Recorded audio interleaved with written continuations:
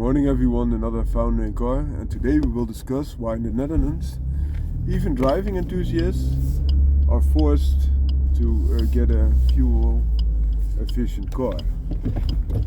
And why is that, you might ask?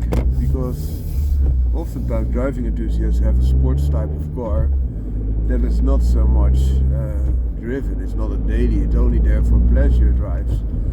So in that context, the fuel consumption is not that important, of course, because if you only drive several thousand kilometers a year, this is not a big deal. But why is it then that they are forced to buy a new, when they are buying a new car, to get a fuel efficient car? Now, I will explain very simply. I'm now driving a ZC33S, which is also known as Suzuki Swift Sport, and this is the hybrid version. So the hybrid version has a carbon output of 127 grams per kilometer. If you compare it to the base 911, it has a carbon output of about 237, 240-ish gram CO2, so carbon output per kilometer. So roughly less than double.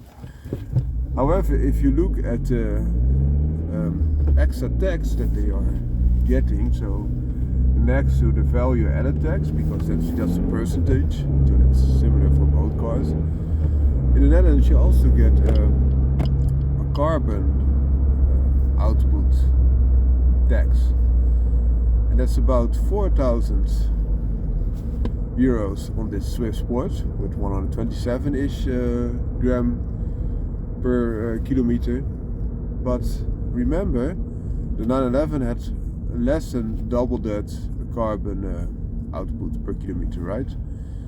But it has 10 times the additional tax. So only the carbon output tax, the BPM as we call it, is 40,000 euro on the base 911. So even small increases in CO2 output have an enormous effect on the additional tax that you're paying. So the 40,000 euros buys you a nice car in itself. For that price you can get a fully stacked Polo GTI. You can get almost two of this ZC33S, which is approximately 26,000 euros at the moment. Or you could get a nice Mini Cooper S. So that gives you an example why in the Netherlands, even if you're a driving enthusiast, which in the past was known, okay, I don't care that much about fuel consumption, now you do. If you're buying a new car, now you do. Because if you don't, you get so much additional tax that you're buying an overpriced piece of doo-doo if you compare it to the other countries, and you get quite a good deal if you're able to buy a car that is relatively fuel efficient. So that's it in a nutshell. Founder in car, out.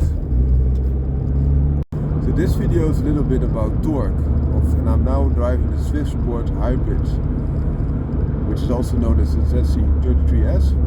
And did you know that this 1.4 liter turbo engine with hybrid assistance makes more torque per kilogram than a Mini Cooper S? It's a nice find, eh? So the Mini Cooper S is a 2 liter engine, about 192 horsepower and about 280 Newton meters. And this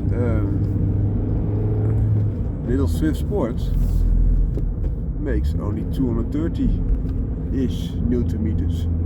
In reality a little bit more, but let's stick with the manufacturer claims. And how is it then possible that it is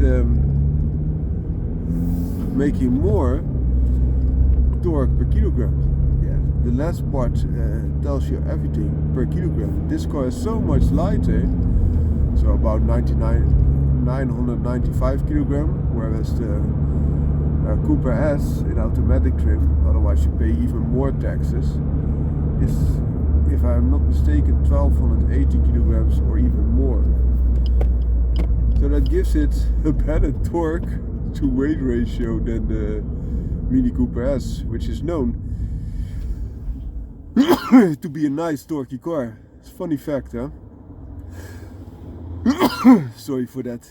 Did you also know that if you compare this with a base 911, the Suzuki Swift Sport Hybrid, compared with the base 911, and you would tune this one, and you get over 300 Newton meters.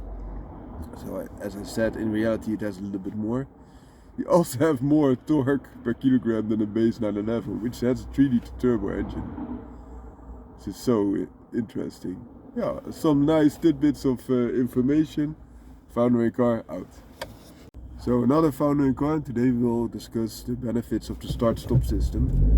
So as you heard, I put it into drive. So the first gear was selected and it pops up and then you have your engine there. The benefit of a start-stop system is of course when you're sitting at a traffic light that you're not wasting fuel. You could also manually turn off the engine, but then you have to restart it, or in this case with this button you have to press the button. But now the electronics does it for you. So if you're pressing the clutch, it can go to the stop modus, or also if you put it in neutral, like I did, and then you select gear again and it pops up. The other thing, if you would release the clutch, then it would also pop up again. So very efficient, there's benefits there, but it also has some detrimental effects in my opinion. Especially when the engine is not that warm.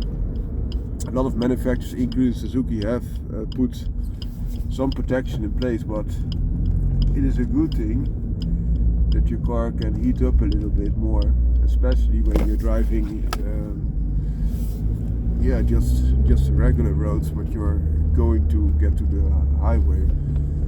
So for example, if you're driving and your start-stop system stops it already, and then it takes a while before you can drive again, several minutes, and then you have to go directly onto the highway, your engine might be colder, of course, than when it was still accessible and still functional, so it was not stopped.